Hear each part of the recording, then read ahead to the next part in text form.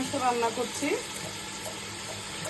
প্রথমে এখানে পেঁয়াজ কুচি, পেঁয়াজ বাটা, আদা রসুন বাটা এবং সরিষার তেল, সাথে হচ্ছে একটু সয়াবিন তেল দিয়ে কিছুক্ষণ ভেজে নিতে হবে।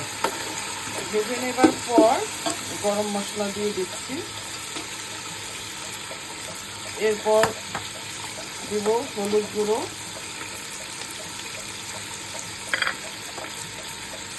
জিরা, ধনে, লাল মরিচ,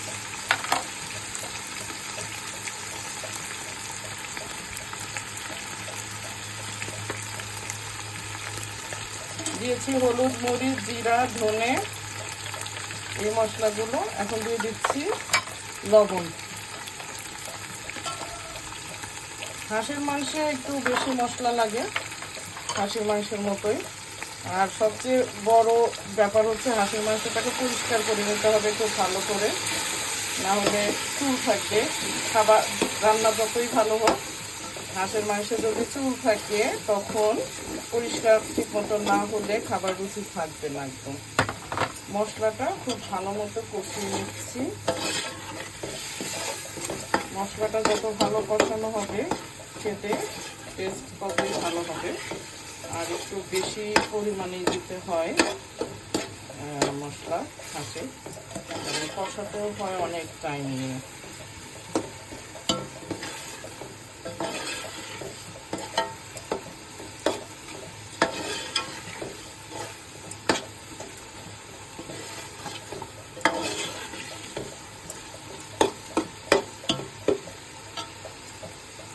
এখন ধীরে ধীরে আমি হাঁসের মাংসগুলো এখানে দিয়ে দিব।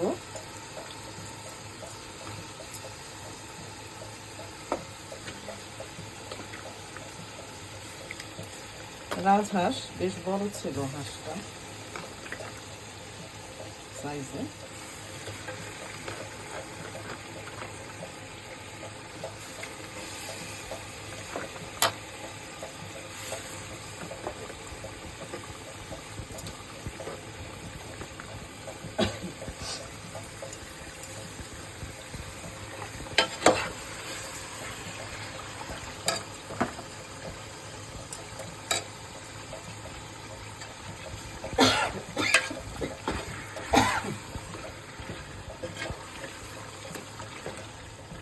ভালো মতো এখন কষাতে হবে অনেকটা সময় নিয়ে, প্রায় আধা ঘন্টার মতো।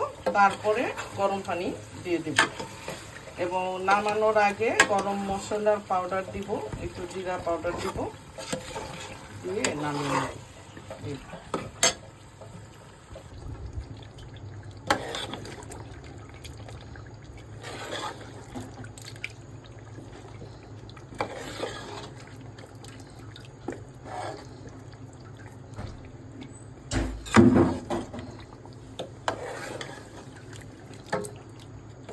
আপু শ্যাম্পুটা নিব না